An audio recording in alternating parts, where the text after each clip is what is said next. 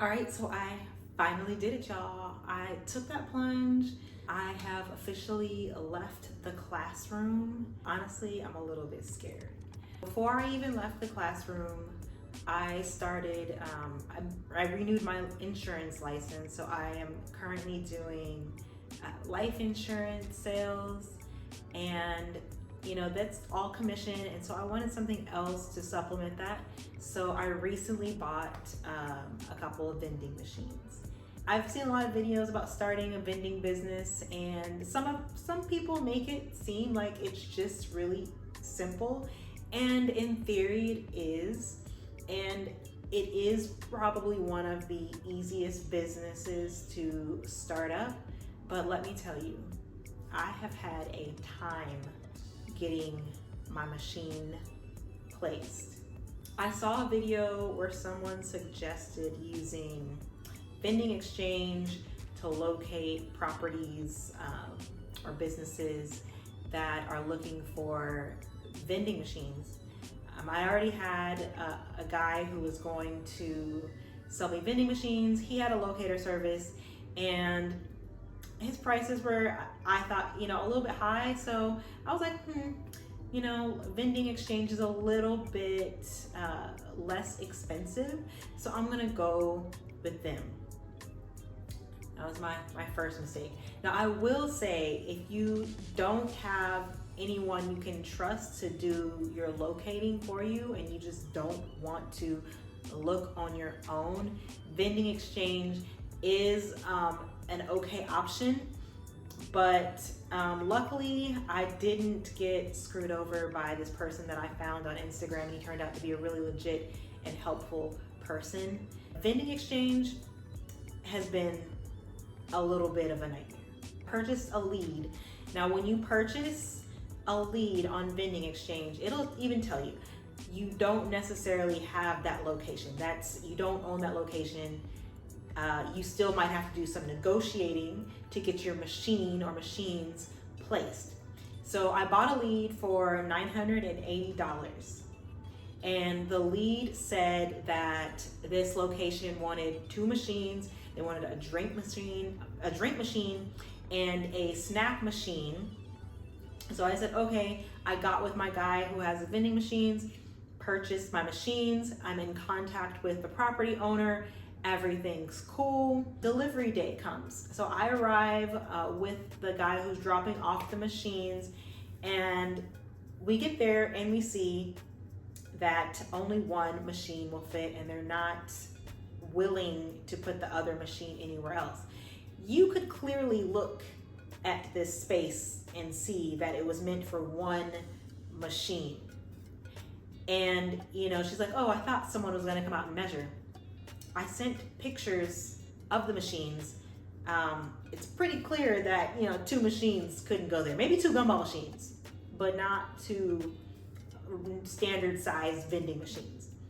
So she's asking for a combo machine. I'm like, it just doesn't work. I just can't return these machines. So long story short, I just end up with both machines and know where to put them. If you're starting your vending machine business, they always say to get your locations before you get your machines. And that's what I did. But then it ended up with me being stuck with 2 machines. So I contact Vending Exchange. The person I'm talking to is very sympathetic and very, it seemed like she wanted to help me. But she, had her hands tied. Like, she couldn't give me the refund. She couldn't give me my credit back. I explained to her the situation, and long story short, I end up getting half my credit back, or like $400 worth of credit back. And at first I was like, okay, I guess. But then the property was relisted the next day with correct information, saying that they want 1 combo machine and the 20% commission and all of the correct stuff, all of the stuff that this person actually wanted. And it was listed at about $500. So after I saw that, I was really, really upset, and I called, and I'm like, this doesn't really sit right with me. Even if I had purchased the lead and went out there and measured, and you wouldn't even have to measure, to know that 2 machines couldn't fit in that spot. But even if I would have gone out there to measure the spot and saw, hey, this isn't going to fit 2 machines, I still would have been out of money because they wouldn't have refunded me anyway, because their policy says once you contact the property, then you can't get a refund. I'm still just with $400 worth of credit, not even like the money, just $400 worth of credit. I'm scrambling. I'm like, I need to find a place to put these machines. I'm losing money. I have these snacks that are some of them are going to go bad in like the next couple weeks. I've noticed at my apartment complex, we didn't have a snack machine. So they were kind enough to let me place my snack machine. And so that's what we are doing today. And I'm super excited. So I'm hoping this is a good spot. I can always move it. There's no contract or anything, but just to have it out and, you know, possibly making some decent money, I'm really excited.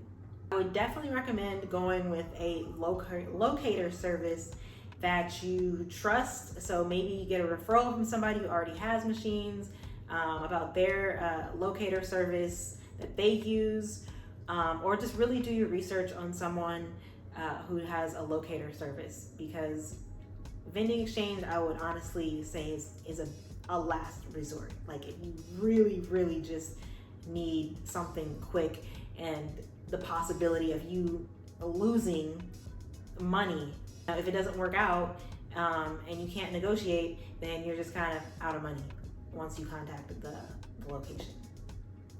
But yes, let's go and load up my machine. I'm really excited to get these snacks out. The delivery guy was extremely helpful. He showed me how to work the machine. He showed me how to properly load it. He's also the guy I would call if I needed anything fixed. So I'm definitely excited about my journey with vending machines.